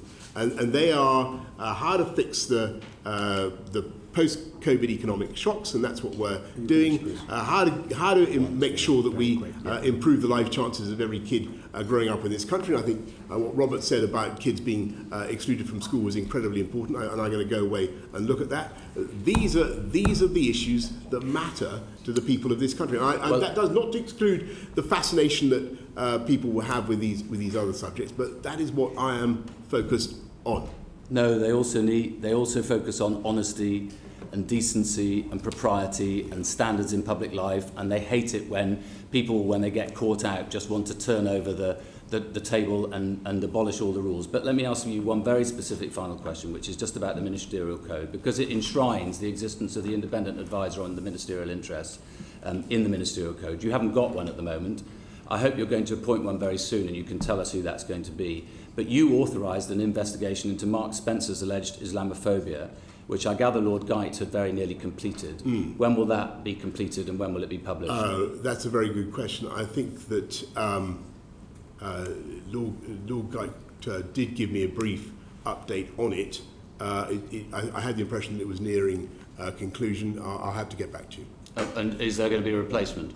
Yes, there will be. As soon as we can find one. I think the difficulty... You haven't got enough ministers to appoint yet, let alone You've lost 32 now. I'm sure there will be no shortage of candidates. If I could just explain a bit about the replacement for Lord Geit. I do think there is an issue, and I think that we need to think about it collectively, which is what happens when we appoint these people. I think that they can become very exposed and very vulnerable to abuse, to political pressure, to campaigns. And I'm just giving you my view. they're much more public than they used to be. So Christopher, I think, did an outstanding job, but he was facing a lot of public pressure. He resigned because he thought you'd lied to him. That's not what he said. He said that he resigned over the question of whether steel tariffs should be imposed. He didn't resign over steel tariffs. You know perfectly well that's not the truth. I'm sure you've seen his letter. That's what I he have, says. yes. That's what he says. I think the issue there was whether imposing or retaining steel tariffs in the UK he resigned. Breach of WTO. I'm sorry, Prime Minister. He resigned, as he says in his letter, because he knew that he wanted to initiate an investigation into your breaching of the ministerial code, but he couldn't do so without resigning, and that put him in an impossible position. That's expressly what his letter says. Sorry, well, then you must have seen another letter, because that's not what it is. No, I read it and you didn't. I'm going to have to disagree with you gently there. Thank you, Chair. Chair, after that outbreak of mythomania, let's perhaps get down to some facts. So, Prime Minister, you know my job in Parliament is to do the maths. You have a pen there. Could you tell us what 148 plus 32 adds up to? I'm going to leave that. I think what you're inviting me to do. No, I'm asking you a simple question, Prime Minister. Right, okay. And earlier I asked you how many MPs you have. Perhaps someone's slipped you a note just to remind you how many Conservative MPs you have in Parliament. I think, Meg, do you know how many Conservative MPs you have in Parliament, I think, Prime Meg, Minister? this is a question designed to invite me to comment on Prime Minister, political events. When I've told you don't want to what answer it, let me answer it then. So you have 358 MPs. You did think it was 365. You have lost a few. As Mr Bryant has highlighted, you now have 32 ministers and PPSs who've resigned. It was 28 at the beginning of this meeting, and then an additional PPS who will resign tomorrow if you don't resign. So that makes it 182 if you include her. So half of 358, Prime Minister, just to make the maths simple for you, is 179. It's not looking very good, is it?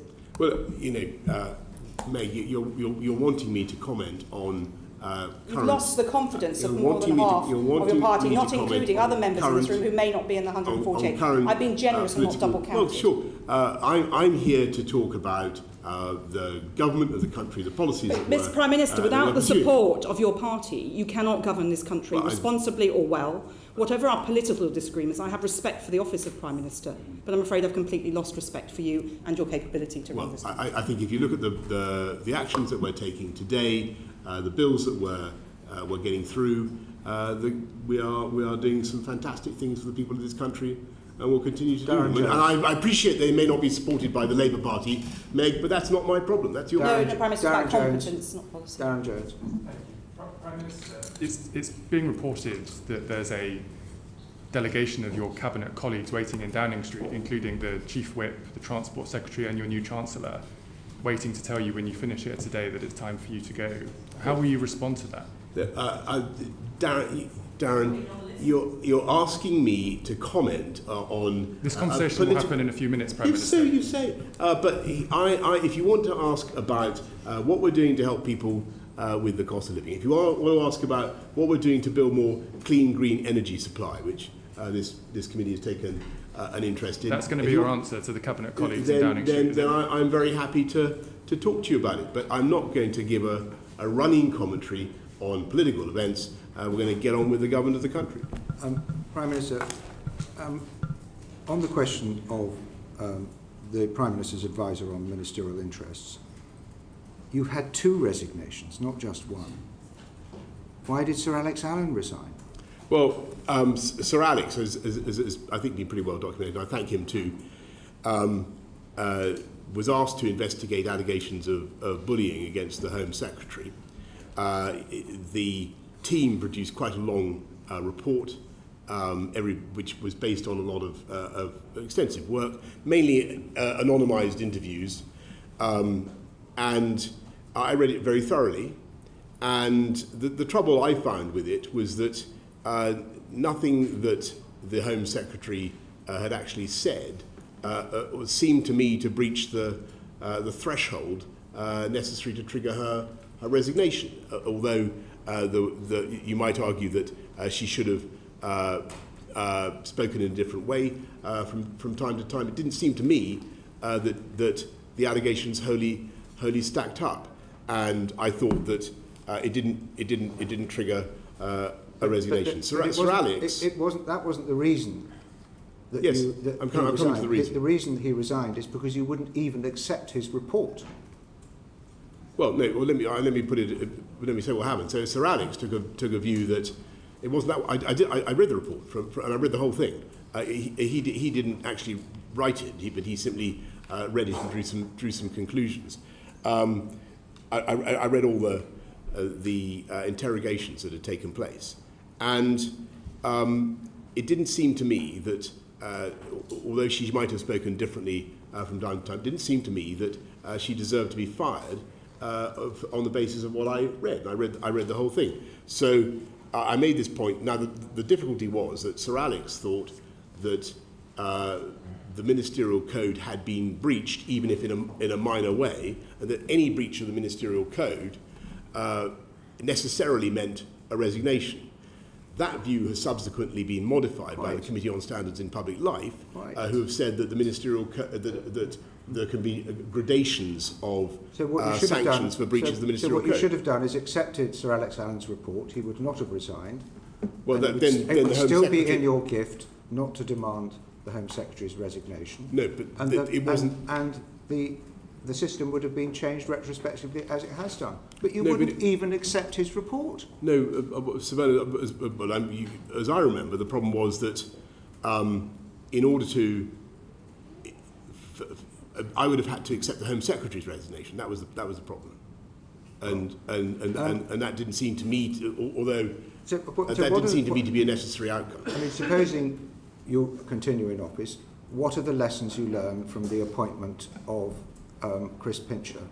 I think the most important lesson is, first of all, don't be less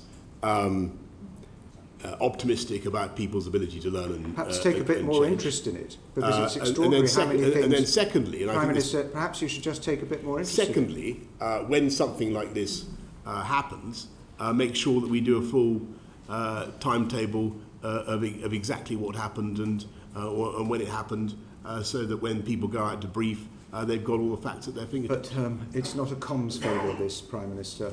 It's a proprietary and ethics failure. Isn't the real lesson that if we promote people with the wrong behaviour and attitudes in this place, it will give permission for people to behave in that way, which is why we've got a culture problem in this place. I think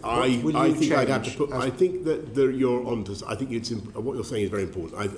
I've given this a lot of thought, and I do think there is a problem with alcohol, and I've always resisted this conclusion in the past, but it sort of feels to me that some people simply can't take their drink, and we need to think about how we work that in Parliament. Now, this particular event took place in Didn't take place in Parliament. But there is also an issue about standards of behaviour, so I additionally accept that I should have been more stringent in my approach, and as I've said earlier, I regret that. But don't we also need to learn? I take it that Chris Pincher is a friend of yours, and that would be perfectly respectable, that we've let him down because we didn't give him the help he needed. I think that's a very fair point. What system is there in this place to support people in that position?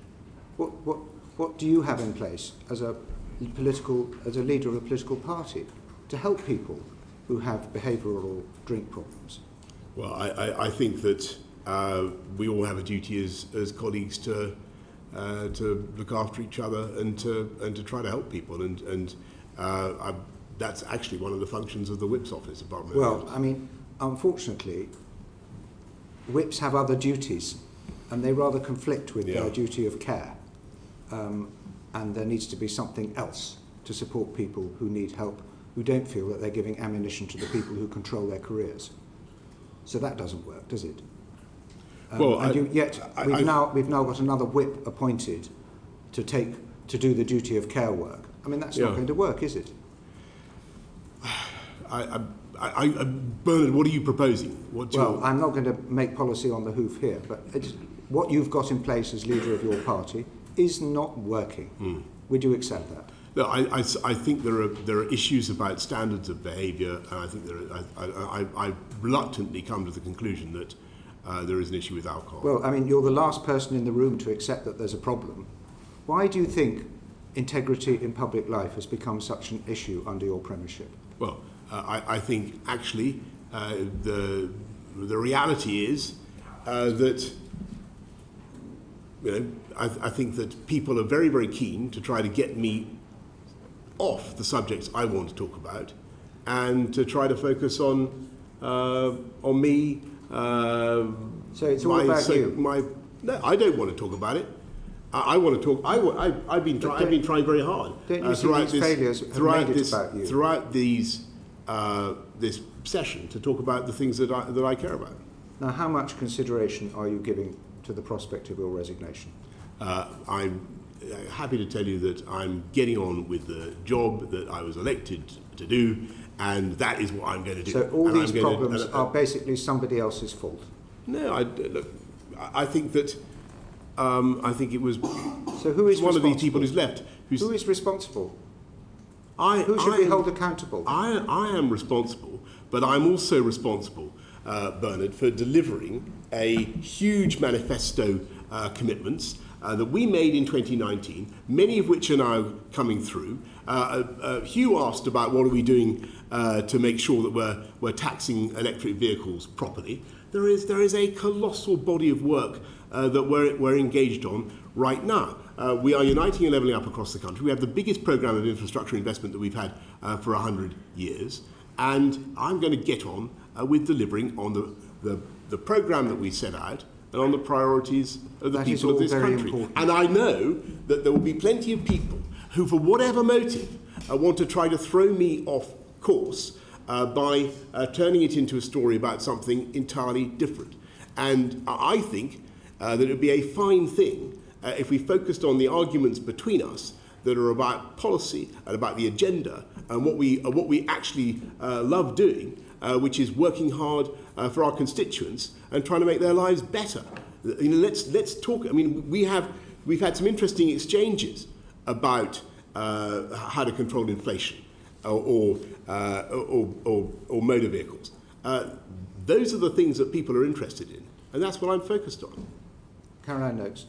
Bullying and sexual harassment are about a culture of power. Have you just sat there and told us that alcohol is an excuse? Not at all. Not at all. Not at all. Is it throwing us off the story by trying to talk about alcohol instead of talking about the culture that has underpinned those behaviours? Not at all. Not at all. I observe that some people seem to get very drunk, but that in no way minimises the underlying pattern of behaviour. Well, that's what you've just done. I don't think. Prime Minister, I vehemently disagree with that. I hope that you will reflect that in the end we're all dispensable. Bernard, that is certainly true. The programmes and the policies of your government and all flesh is grass. The welfare of the British people and the security of the nation are indispensable. And if you are becoming an obstruction to the achievement of those aims, I hope you will consider your position. Of course I will. But I wanted you to know that my job is to get on and deliver on those aims, and that is what I was elected to do. Will you resign if it is clear that you do not have the confidence of the majority of Conservative MPs? You're asking me, I love this committee, but you're asking me again to offer commentary today on political events when I'm here to talk about I wish you to policy. be clear about one thing, that if you have lost the confidence of your MPs, you will not seek a dissolution, you will stand aside and allow a leadership election to take place so the Prime Minister may send for an alternative leader. That's the proper procedure, isn't it? What I'm going to do is get on with... No, I need you to answer this question. Where you're quite right, and where I passionately agree I need you to answer this question, Prime Minister. And with you, is that I see absolutely no need Prime Minister, I'm going to ask you once more, an election. If you have lost the confidence of your MPs and you're required to step down as leader of the Conservative Party, you will not seek to dissolve Parliament. Well, I think the last thing this country needs, but I'm not going to step down. And the last thing this country needs, frankly, is election. On the contrary, I think the risk is that people continue to focus on this type of thing, and I think that is a mistake. What we need to do is get on with stable... How would it help the crisis in Ukraine and the cost of living crisis if we were plunged into a general election that nobody wants? But this is your fancy. Well, then, I think then rule it out. Rule it out. Of course I rule it out. You've ruled it out. The earliest date that I can see for a general election is 2 years from now, or 2024, I think is the most likely date for the next election. We have a huge amount to deliver. We're going to get on and do it. And you'll resign if a vote of confidence in the Conservative Party I think we're done. is carried. Look, Otherwise, you're dangerous. You're asking me to comment on politics. I think it's important that we get on and deliver on our agenda, and that is what I was elected to do. Well, I think it's the understanding of this committee you envisage a general election in 23 or 24, not before. Well, you said 23. And if you've lost the confidence of your own MPs and you cease to be leader of the Conservative Party, you will not plunge this country into an unwanted general election. I've been very clear with you. I see no yes reason whatever for a general election now. On the contrary, what we need is stable government, loving each other as Conservatives, getting on with our priorities. That is what we need to do, Sir Bernard. Okay? I love all my colleagues in the House of Commons. Fantastic. Order. Thank you. Thank you. Ended.